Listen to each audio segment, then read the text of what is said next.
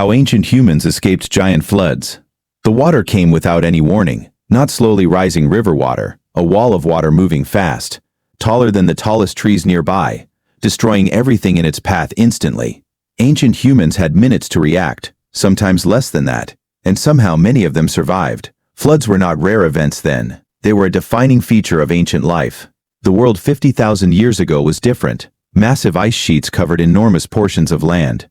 When those sheets melted, water moved fast. Entire valleys filled within hours. Coastlines shifted dramatically over short periods. Lakes appeared and disappeared within single lifetimes. Ancient humans lived in a world where water could rewrite the landscape overnight. The first critical survival skill was reading water. Not just seeing water when it arrived, reading the land to understand flood risk. Certain terrain features told experienced observers everything. A valley that widened suddenly at one end had been carved by floods in the past. Ancient humans who recognized that shape knew not to camp in that location.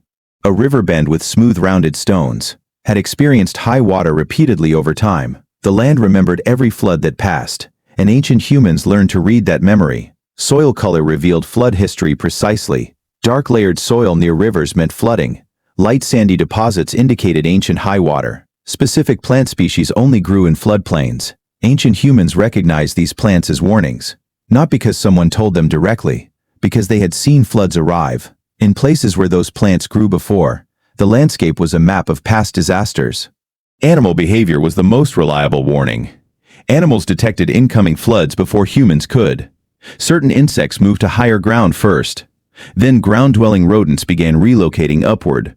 Then deer and larger animals moved away. An ancient human watching this cascade understood. Something significant was coming from upstream. The animals were never wrong about this. Higher ground knowledge was survival itself.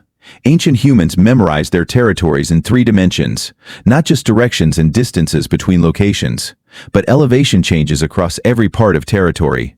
Which ridge was highest in which direction? Which hill provided safety from river flooding? Which plateau remained dry during rainy seasons? This 3-dimensional mental map was critical knowledge, passed from elder to child across generations. An elder who knew the high ground was worth more than any physical tool. The decision to move had to be instant. Ancient humans couldn't wait to confirm danger. By the time a flood was visible, moving to safety was already becoming impossible. The group that moved on early warning survived even when the flood didn't come.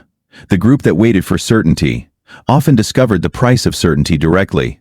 Moving everything quickly required practiced organization. Ancient groups didn't randomly grab things and run. Every person had a specific role during emergencies.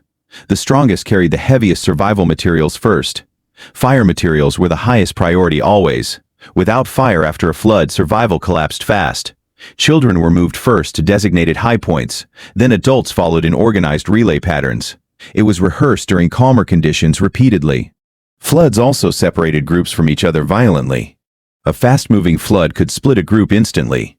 Some members on one side of rising water, others suddenly cut off on the opposite side. Ancient humans developed specific signals for this situation. Calls that carried across distance and noise, specific sound patterns that meant specific instructions. Move to the high ground in this direction. Stay where you are until water recedes. These weren't random sounds. They were a communication system built for disaster. Rafts appeared in human history very early. Not built boats with deliberate planning and construction. Simple floating platforms made from available materials quickly. Logs lashed together with plant fiber. Animal hide stretched over a frame of branches. Large flat pieces of bark bound together. These weren't elegant or comfortable floating platforms. They were emergency tools built under extreme pressure. They didn't need to be beautiful. They needed to float long enough to reach the next piece of solid ground. Swimming was a known skill among ancient humans. Evidence from ancient sites suggests regular water interaction. Ancient humans who lived near rivers, lakes, and coasts developed swimming ability as a basic survival skill, not as recreation or exercise. As a tool they might urgently need. A group member who couldn't swim needed to be carried or floated across water. The group calculated this in advance. Who could swim? Who couldn't? How to move everyone safely across rising water. Food and water management after floods was critical. Floodwater contaminated normal freshwater sources. Drinking contaminated water caused illness and death quickly. Ancient humans knew to avoid flood-affected water sources. For a specific period after major flooding events, They knew which high-ground springs remained clean, which elevated rock pools collected clean rainwater, which plants indicated clean water was nearby. Surviving the flood itself was only the beginning. Surviving the days after required completely different knowledge. The landscape after a flood was unrecognizable. Familiar paths had disappeared under mud and debris. Landmarks that guided navigation were gone or altered. Trees that marked territory boundaries had been swept away. The mental map that ancient humans relied on was suddenly partially or completely erased.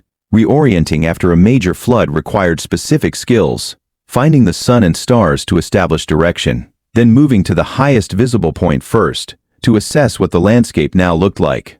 Before attempting to navigate through unfamiliar changed terrain, floods also destroyed stored food supplies completely. Everything kept at ground level was gone. Ancient humans who had stored winter food lost everything in a single catastrophic event. The group then faced two simultaneous survival challenges: finding new food in a disrupted landscape, and doing it quickly enough to prevent starvation.